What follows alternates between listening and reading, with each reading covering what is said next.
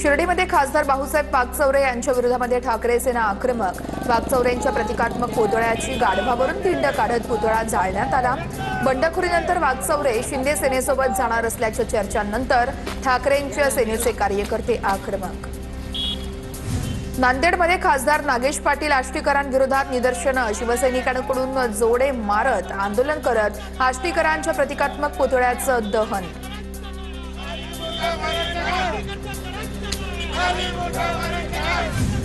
तिकडे यवतमाळमध्ये खासदार संजय देशमुख यांच्या विरोधामध्ये शिवसैनिक आक्रमक। खासदार संजय देशमुख यांच्या प्रतिकात्मक पुतळ्याचं दहन। देशमुखांच्या पुतळ्याला जोडे मारत शिवसैनिकांचं जोडे मारो आंदोलन।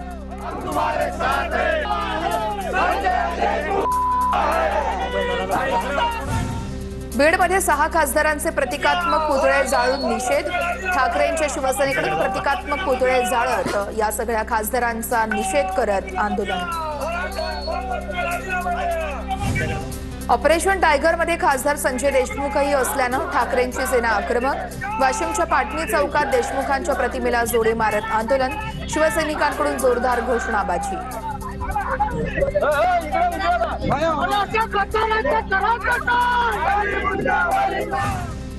परभणीमध्ये खासदार संजय जाधव यांच्या विरोधामध्ये शिवसैनिक आक्रमक। खासदार संजय जाधव यांच्या प्रतिकात्मक पुतळ्याची अंत्ययात्रा काढली।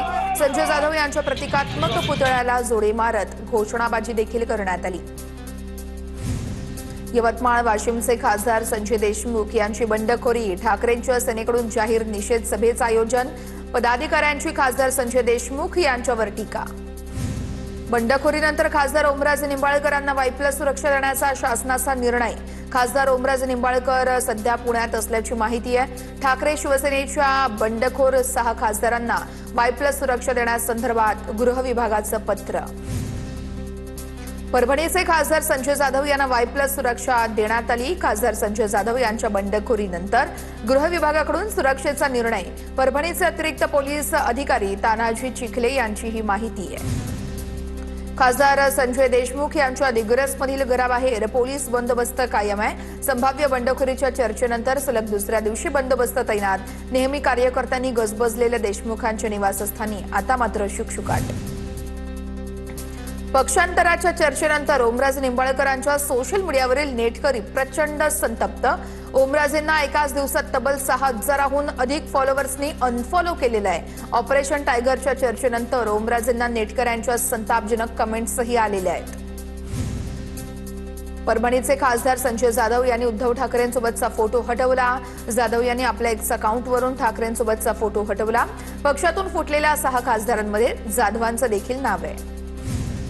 नाशिकमध्ये खासदार राजाभाऊ वाजे यांचं उद्या स्वागत करण्यात येणार आहे। नाशिक रोड रेल्वे स्थानक या ठिकाणी वाजेंचं स्वागत केलं जाईल। वाजेंच्या स्वागतासाठी नाशिकमध्ये पोस्टर लागलेत। निष्ठावंत खासदारांचं स्वागत करूया असा आशय पोस्टरवरती आहे। अमरावती विधान परिषदेसाठी काँग्रेसचे नगरसेवक बंडखोर झालेत। काँग्रेसकडून अमरावतीत तटस्थ राहण्याचे व्हीप जारी करण्यात आलाय। व्हीप जारी करूनही 6 आमदार लपून मतदानासाठी पोहोचले। लातूर, धाराशिव, बीड स्थानिक स्वराज्य संस्था निवडणुकीत वंचित आघाडी अलिप्त राहिली आहे। लातूर महापालिकेच्या 5 नगरसेवक मतदानापासून वंचित राहिलेत। तर नांदेड, अमरावतीमध्ये काँग्रेसने वंचितला पाठिंबा न दिल्यानं नगरसेवकांनी मतदान केलंच नाहीये। भंडारा, गोंदिया विधान परिषद निवडणुकीमध्ये 100% मतदान संपन्न झालंय। भंडारा आणि गोंदिया जिल्ह्यातील प्रत्येक 2 अशा 4 मतदान केंद्रावरती ही निवडणूक प्रक्रिया पार पडली आहे। शांततेत निवडणूक संपन्न झाली आहे। दोन्ही जिल्हे मिळून यावेळेस 457 मतदारांनी मतदान केलेलं आहे। बीड, उस्मानाबाद, लातूर विधान परिषद निवडणुकीमध्ये आष्टी मतदान केंद्रावरती अवघ्या 1.5 तासातच 100% मतदान। 19 पैकी 19 मतदारांकडून हक्क बजावत मतदान पूर्ण। सिल्लोडमध्ये मतदानासाठी नगरसेविका स्नेहल शिनगारे रुग्णवाहिकेतून मतदान केंद्रावरती पोहोचल्या। गरोदर असतानाही रुग्णवाहिकेतून येत त्यांनी आपल्या मतदानाचा हक्क बजावलेला आहे। चाळीसगाव शहर विकास आघाडीच्या 13 नगरसेवकांचा मतदानावरती बहिष्कार। विधान परिषद निवडणूक लोकशाही मार्गाने होत नसल्याचा आरोप आहे। भंडारा, गोंदिया विधान परिषदेत मतदानासाठी महायुतीकडून बाउन्सर्सचा वापर। शिवसेनेचे मतदार बाउन्सर्सच्या गराड्यामध्ये मतदान केंद्रावरती। सोबतच अनुचित प्रकार घडू नये म्हणून मतदान केंद्रावरती पोलिसांचाही बंदोबस्त। नाशिकच्या येवल्यातले सहलीला गेलेले मतदार परतले। येवला, मनमाड, नांदगाव येथील मतदार सहलीवर गेले होते। गोकुळ गीतेंच्या पत्नी देखील मतदान केंद्रावरती पोहोचल्या होत्या। रायगडमध्ये महिला आणि बालकल्याण विभागामध्ये 2.50 कोटींचा घोटाळा झाल्याचा आरोप आहे। सभापती रसिका केनी यांचा हा गंभीर आरोप आहे। गैरव्यवहार झाल्याचा दावा करत चौकशी करण्याची मागणी त्यांनी केलेली आहे। सातारा सांगली विधान परिषदेसाठी मतदान प्रक्रिया। मतदान केंद्रावरती उदयनराजे भोसले आणि शशिकांत शिंदेंची गळाभेट। शिवेंद्रराजे भोसलेंची देखील भेट। मंत्रालय परिसरामध्ये तुपकरांच्या कार्यकर्त्यासह झाडावरती चढून आंदोलन। रविकांत तुपकरांच्या आंदोलनाला पाठिंबा देत मंत्रालयासमोर आंदोलन। तुपकरांच्या क्रांतिकारी शेतकरी संघटनेकडून गेटवे परिसरात जलसमाधी आंदोलन। शासनानं काढलेला कर्जमुक्तीचा आदेश फसवा असं म्हणत निषेध करण्यात आला। जलसमाधी आंदोलन करणाऱ्यांना पोलिसांनी ताब्यातही घेतलं। यवतमाळमध्ये सरसकट कर्जमाफीच्या मागणीसाठी ठाकरेंच्या शिवसेनेचं आंदोलन। आंदोलनादरम्यान जिल्हाधिकारी कार्यालयामध्ये कार्यकर्त्यांचा प्रवेश। आंदोलनादरम्यान पोलीस आणि कार्यकर्त्यांमध्ये झटापट। आमदार संजय दरेकरांच्या नेतृत्वात आक्रमक मोर्चा।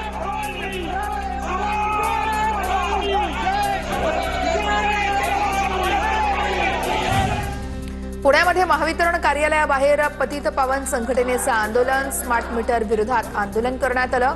स्मार्ट मीटरची सक्ती नको असं म्हणत जाबही विचारण्यात आलेला आहे। इंदापूरमध्ये भारनियमनाविरोधात शेतकरी आक्रमक झालेत। महावितरण उपविभागीय कार्यालयासमोर शेकडो शेतकऱ्यांचं ठिय्या आंदोलन।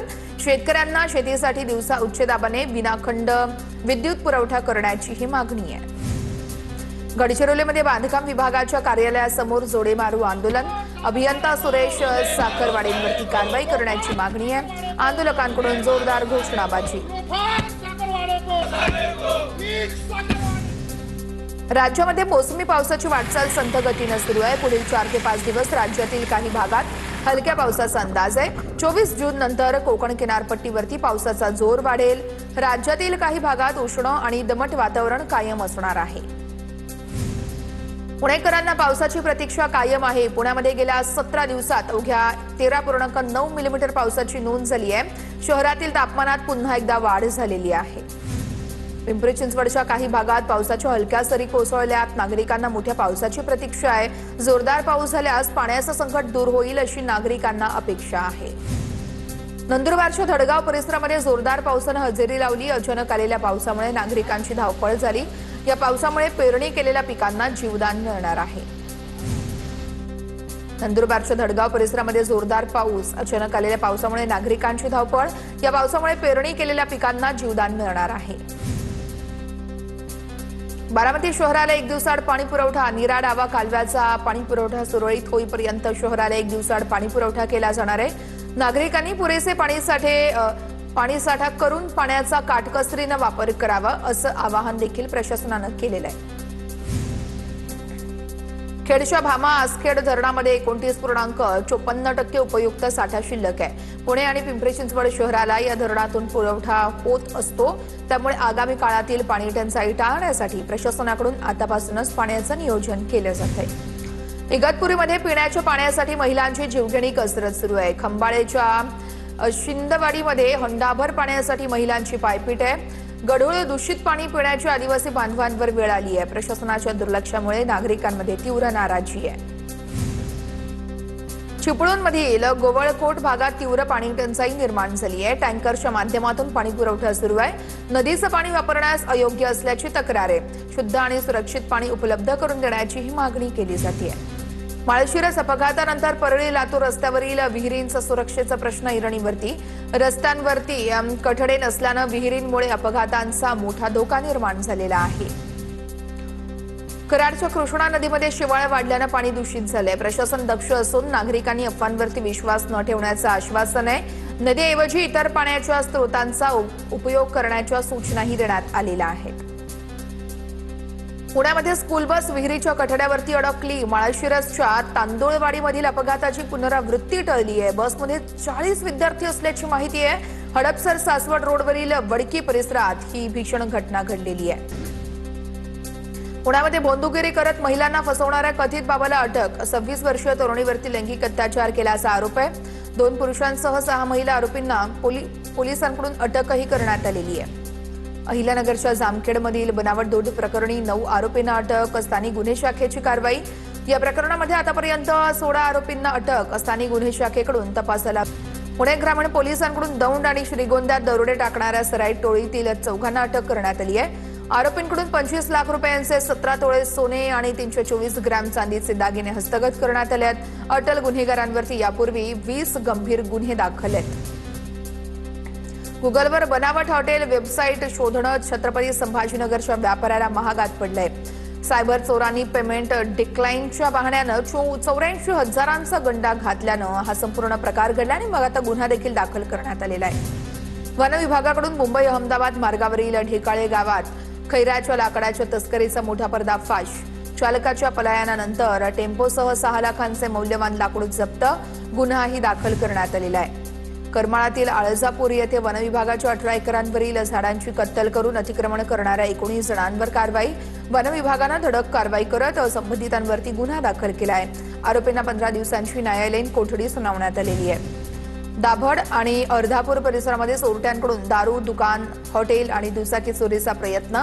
मात्र नागरिकांच्या पाठलागामुळे यावेळेस पेट्रोल संपल्यानं देखील चोरटे दुचाकी सोडून पसार झाले. संपूर्ण घटना सीसीटीव्हीत कैद. नवी मुंबईतील वाशी रेल्वे पोलिसांतर्फे सीवूड्स दारावे स्थानकामध्ये जीवन रक्षा अभियान. रेल्वे रूळ ओलांडल्यामुळे होणारे अपघात आणि मृत्यू रोखण्यासाठी जनजागृती मोहीम. आडवशी बोगद्याजवळ प्रवाशांच्या सुरक्षेसाठी हाती घेण्यात आलेल्या कामाला यश. बोगद्याच्या वर लोखंडी जाळी अडकलेल्या दगडाला काढण्यामध्ये यश आलेलं आहे. दुपारी 12 ते 2 या वेळेमध्ये विशेष ब्लॉक घेऊन मोहीम यशस्वी झाली आहे. अंबरनाथमध्ये हुंड्याच्या छळाला कंटाळून 26 वर्षीय नवविवाहितेची आत्महत्या. डॉक्टर पती, सासू आणि धीराला शिवाजीनगर पोलिसांकडून अटक. लग्नानंतर अवघ्या 1.5 महिन्यात संपवलं जीवन. आरोपींना 3 दिवसांची पोलीस कोठडी.